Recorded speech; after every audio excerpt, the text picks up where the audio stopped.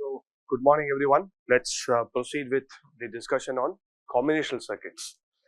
Right. So, yesterday we discussed how to construct any arbitrary Boolean function. Right. So, if you have y equals f of a, b, c and so on. Right. Then you are going to assuming that this f is in a sum of products term, sum of min term 0, 1, 2 and so on, right.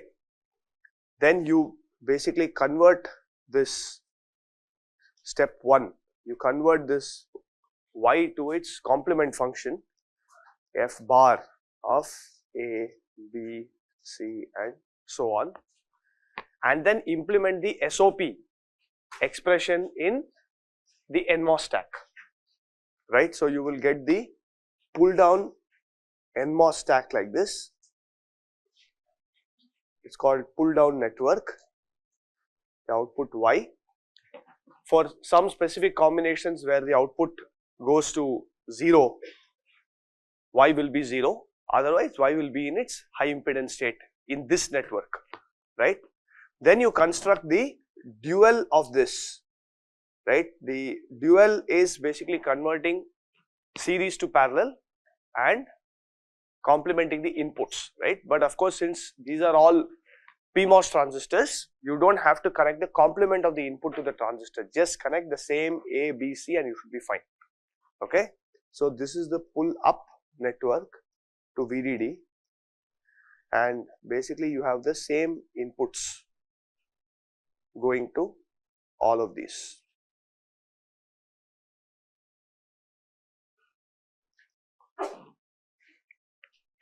Okay, this is where we started with this discussion and then we proceeded to sizing the transistors, because we have to now fix the widths of these transistors. Length is always fixed, right. So, therefore, I said that we considered the example of a NAND 2 gate, and if you had this implementation, which is very obvious, so I am not going through it in detail, A, B,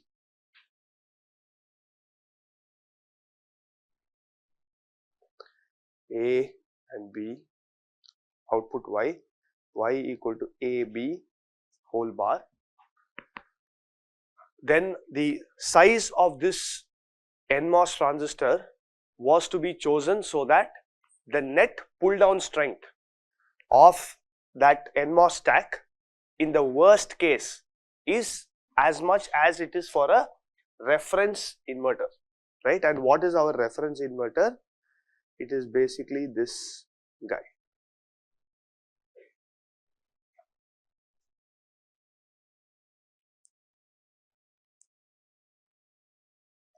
VDD. So, this is 1 and this is 2. And what does this 1 and 2 mean? This could be, for example, 4 lambda by 2 lambda. This could be 8 lambda by 2 lambda. Right? We are only talking about the width when we talk about 1 and 2. Right? Ideally, if area is a premium, I should keep my area as low as possible. So, I would have liked to keep the sizes like this. 1, 1, even PMOS I would have liked to keep 1, but then we saw that because of mobility problems, you have to double it in order to get equal rise and fall delay, right. So, that we made 2, 2. So, I would have liked to make this 1, 1, 2, 2 for the NAND as well. But the problem is that if a unit transistor with 1 offers a resistance of R, then a transistor of width alpha will offer a resistance of R by alpha, right. So, if this unit transistor now offers a resistance R and this is also R, the net pull down resistance is 2R, right. This is equal to 2R, but we want the net pull down resistance to be R, right. The reason is, see, now for NAND 3, when I go to NAND 3, I will have a 3 stack, that will become 3R, 4R and delay will keep going up. So somewhere we have to normalize this delay. The best thing to do is to, by definition, normalize it to the delay of the unit inverter, right? Given that we are going to increase the size of the transistor anyway, how much do I increase? I have to standardize that. That we are saying is make the resistance, worst case pull down resistance or pull up resistance equal to that of a reference CMOS inverter, right? And therefore, this has to become 2 and this also has to become 2, in which case the resistance will be R by 2, net resistance will become R, okay. So now we will proceed to something like the NOR gate, okay, or let's do a NAND 3 quickly. Y equal to A, B, C bar, right? So what do? I'm going to invert this function. I will get Y bar equals A, B, C, right? So I'm going to simply put 3 NMOS transistors in series, A, B and C.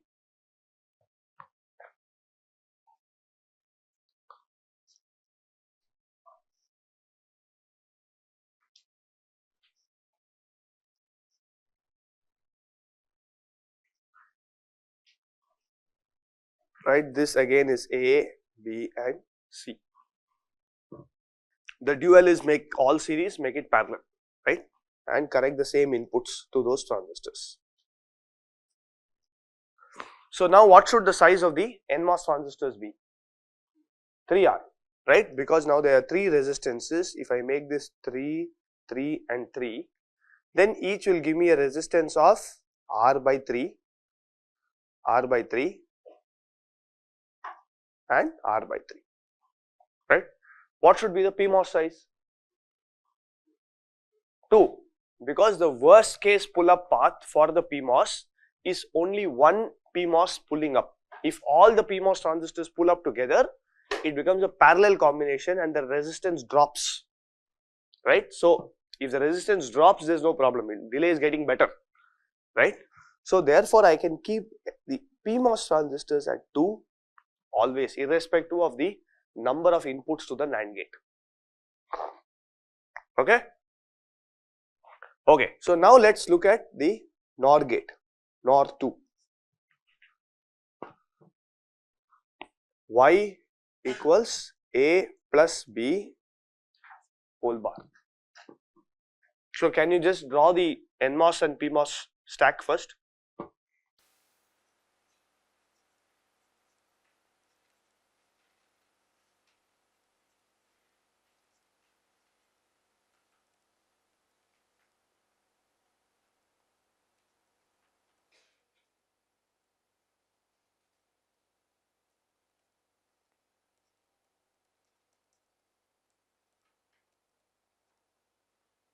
Right, this is the circuit. So what should be the NMOS transistor size now? 1, because I have a parallel stack now. Worst case is only one NMOS transistor turns on, it is 1, okay. So now if a unit NMOS transistor gave us a resistance of R, okay, this is size 1, okay. Remember the formula was R was 3 VDD by 4 ID SAT, okay. What would this transistor give us? PMOS transistor of same width, it will give you 2R. Why? Because the mobility difference is there, right. So if I look at this is NMOS, R PMOS, this is 3 VDD by 4 ID SAT P N. You take the ratio of the resistances, assuming that the widths are the same, it will eventually be the ratio of mobilities, assuming all the other technology parameters are symmetric. VTN equal to minus VTP, VD SAT equal to minus VD SAT P and all that. then all those terms will cancel. You are free to work out this expression for a PMOS transistor charging. So how did we evaluate the resistance for an NMOS transistor? We said that a capacitor was charged to VDD and this discharged to VDD by 2, right, and this went up instantaneously. What is the equivalent for the PMOS transistor? It is discharged initially and it has to charge to VDD by 2, right. So an identical scenario will occur there because the VDS of the PMOS will start from VDD and go exactly down to VDD by 2, right. So you can evaluate that just to tell you. So this would give me an equivalent resistance of R, that's what I am saying. For the PMOS, this is NMOS. For the PMOS, it's basically, maybe I should write like this, right, and the capacitor is going from 0 to VDD by 2, because that's the definition of delay for rise time, when the output goes from 0 to VDD by 2. Fall time is when the output falls from VDD to VDD by 2, right, and this has to drop instantaneously. So you can evaluate this expression. If the two technology parameters VDSAT, VTN and all that are symmetric, then everything else will cancel out. You will be left with only the ratio of mobilities, right, and therefore a PMOS transistor with unit width is going to be a resistance of 2R. Now if I scale this up, the PMOS transistor, by a factor of alpha, let's say this 1 became alpha, then what would my resistance become?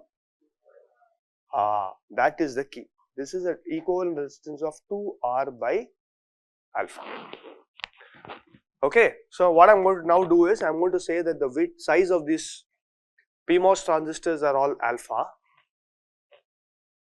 I want this resistance therefore is 2R by alpha, right.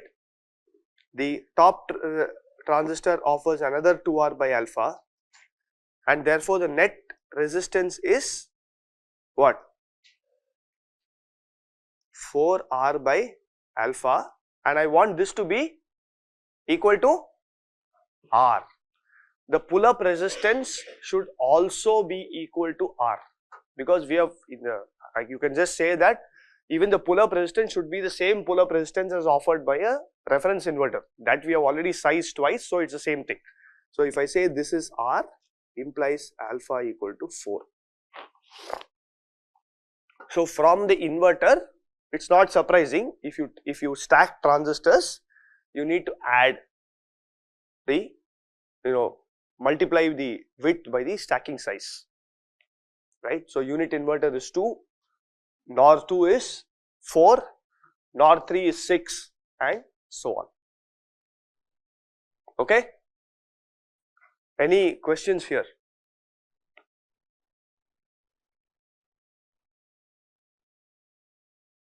So let us look at maybe a slightly more involved example. Y equals, let me say, if I have A plus BC into D whole bar. So can you implement this CMOS logic first, then we will size it.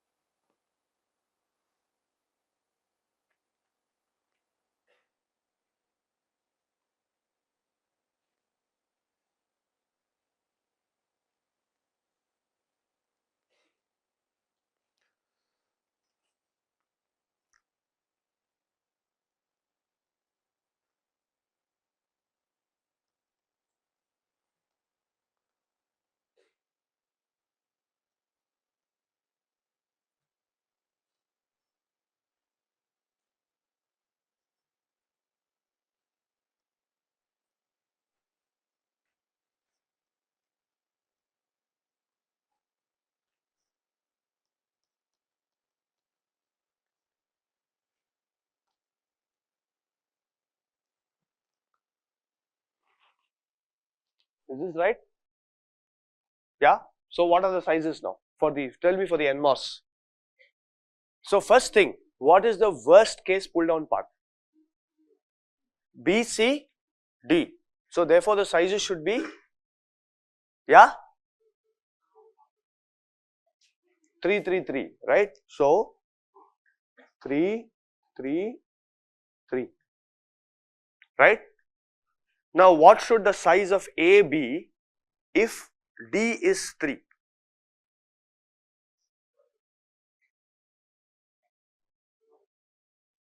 Ah, correct. 3 by 2, it can't be less than 1, right? That's a golden rule because the inverter has size 1. You can't get less than that, right? So therefore, if this is alpha, let's assume this is alpha, then this resistance is R by alpha, this resistance is R by 3, and I want R by alpha plus R by 3 to be equal to R. Therefore, alpha will be equal to 3 by 2. Okay. Now, what about the option where this is made 4, 4? If both are 4, then what should D be? 2, correct? So this will be 2. Now if this is 2, then I can make A also 2. Which one will you choose?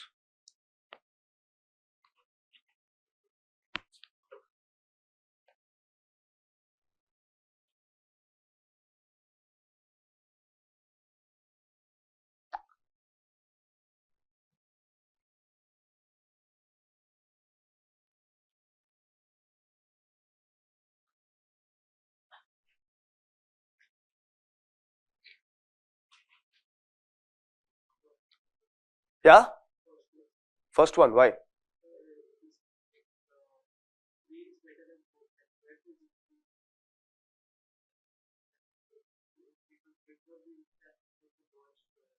Lowest? Lowest width or lowest something else? Can you tell me what the summation of WIs is in both cases?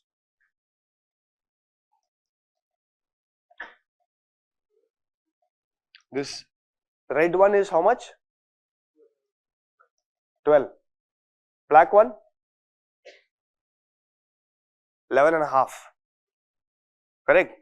9 plus 1.5, 11.5. 10, oh correct, sorry, 10.5. So which one will you choose? The black one, because that has lesser area, right? So in fact this style of sizing where you size one gate, one transistor higher than the other deliberately is also allowed, but that is basically, it will come in when you are doing skewed sizing, okay? Essentially what's happening there is we are preferring one input over the other input, okay? So I'll come to that at a later point, but for now pick the one that has least area, okay?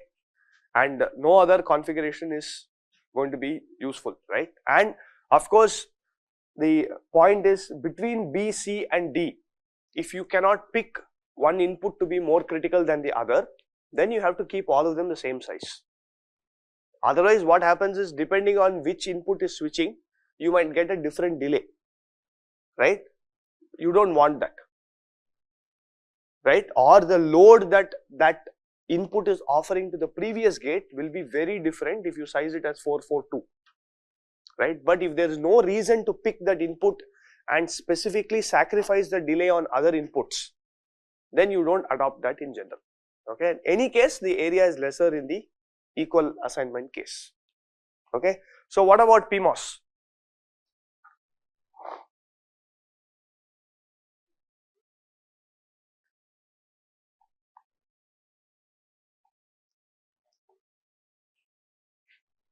What should D be? 2, right? There's only one transistor path there, no problem. Now A and B, it could go A and B or A and C, right? So B and C should be similar sizing, and therefore this has to be 4, 4 and 4. Okay,